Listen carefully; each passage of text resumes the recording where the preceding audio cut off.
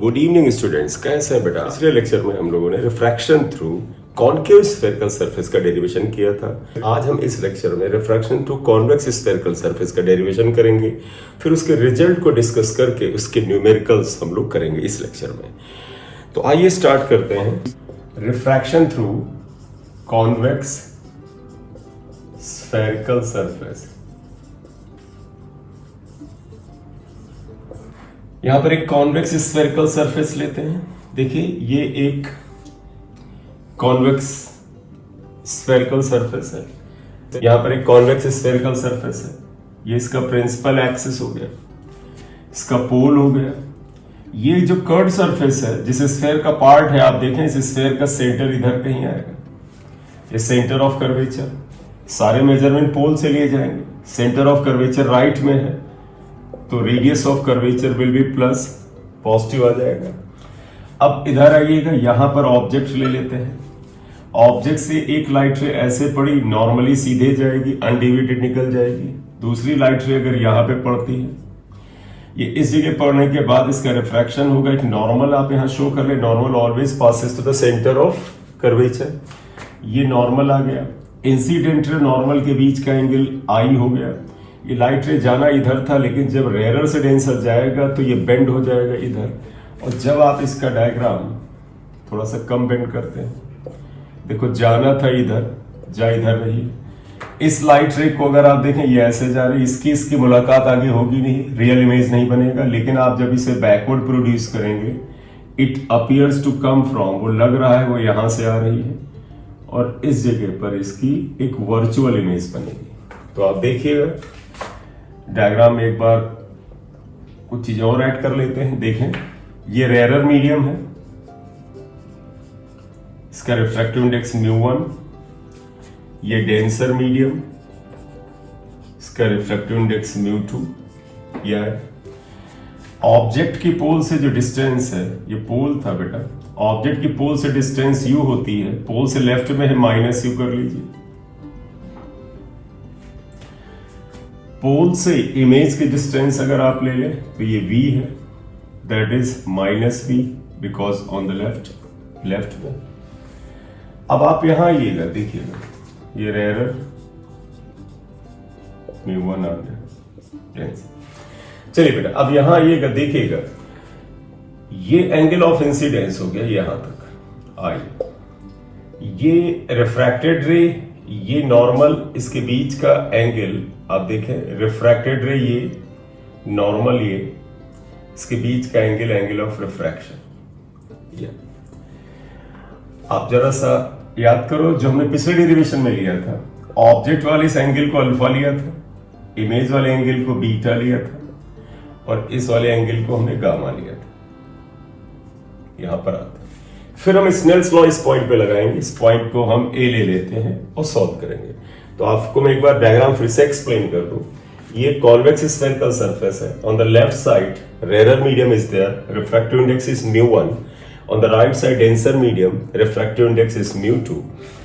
P is the pole, C is the center of curvature। पोल से centre of curvature right में है, पोल से centre of curvature right में है, इसलिए रेडियस ऑफ कर्वेचर पॉजिटिव। पोल से ऑब्जेक्ट लेफ्ट में है, ऑब्जेक्ट डिस्टेंस नेगेटिव। पोल से इमेज लेफ्ट में बनेगी, इमेज डिस्टेंस नेगेटिव। इतना आ गया। फाइनल इमेज फॉर्मेशन आपको बता दिया, एंगल बता दिए। यहां पर स्नेल्स लॉ से स्टार्ट करते हैं। फाइंड स्नेल्स लॉ एट ए।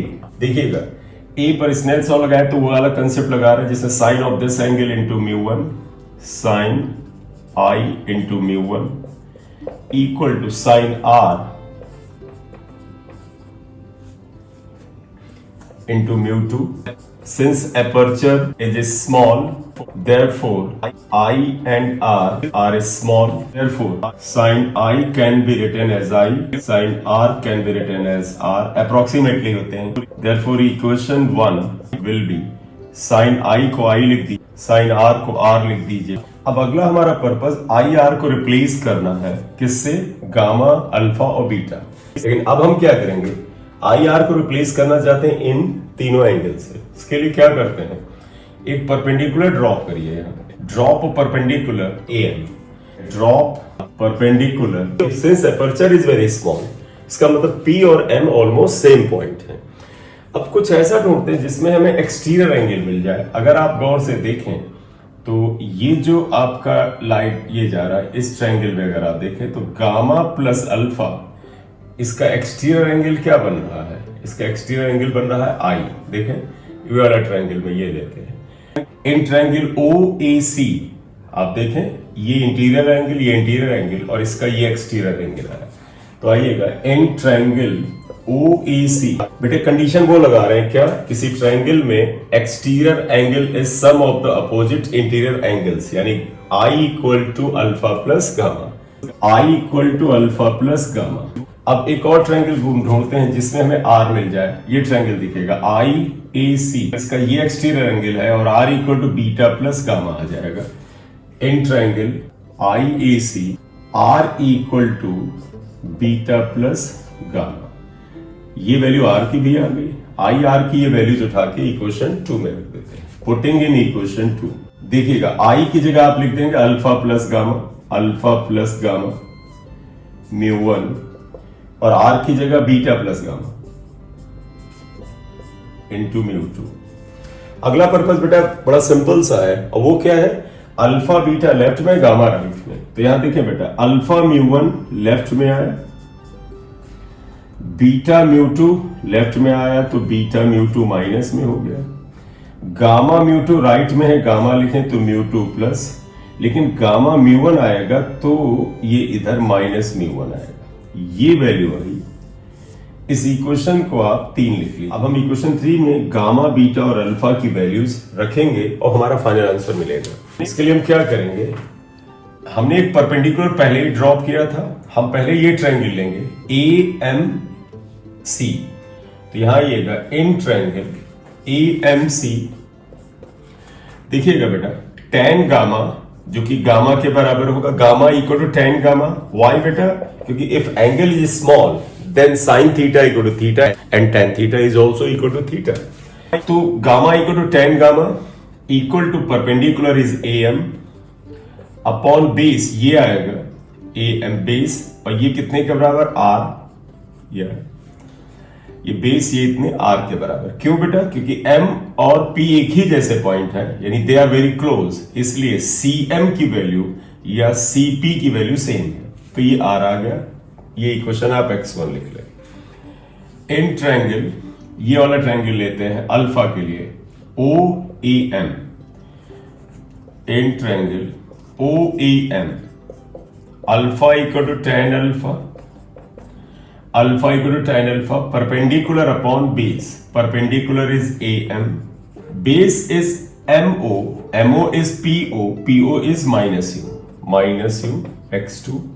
अब आएंगे in triangle, which triangle IAM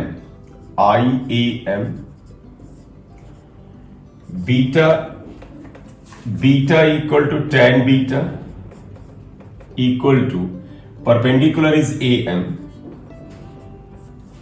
और base is MI that is minus V। I am repeating.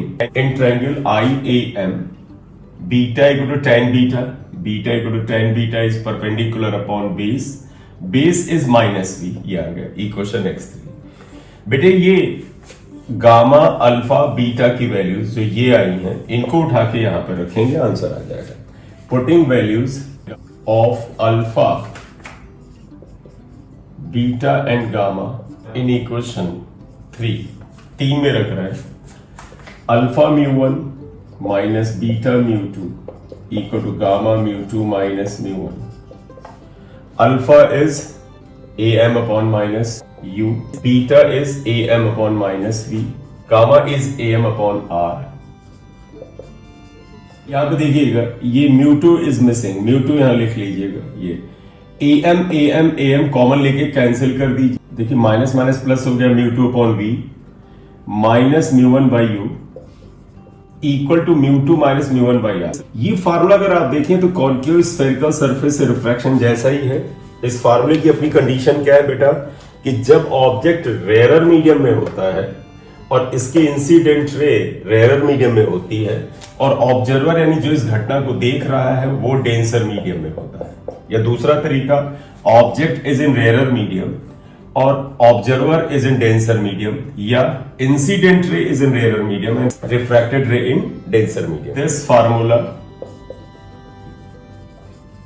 is applicable when object is in rarer medium, viewed, देखा जा रहा है from denser medium।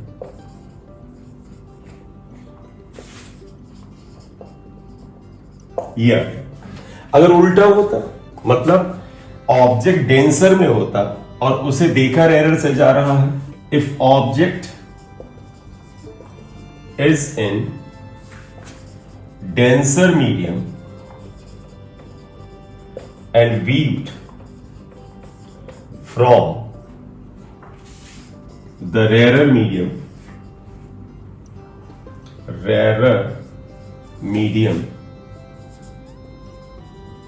then तब ये formula बेटा आपको ध्यान होगा, नहीं ध्यान है तो सुन लीजिए, μ2 μ1 की पोजीशन इंटरचेंज हो जाती है, यानी यहां μ1 यहां μ2 यहां μ1 यहां μ2, तब ये हो जाता है μ1 upon v minus μ2 by u equal to μ1 minus μ2 by r। यहां पर μ1 is always refractive index of rare medium and μ2 of denser medium, ये ध्यान रखना है। तो बेटे इस लेक्चर में हमने इस रिफ्रैक्शन फार्मूला को प्रूव किया, जिसका रिजल्ट वही आ रहा है जो कॉनकेव स्फेरिकल सरफेस में आया था। इसके बाद नेक्स्ट लेक्चर में इससे रिलेटेड न्यूमेरिकल करते हैं। Thank you very much for watching the video. अगर आपने चैनल को सब्सक्राइब नहीं किया तो कर लीजिए। Thank you.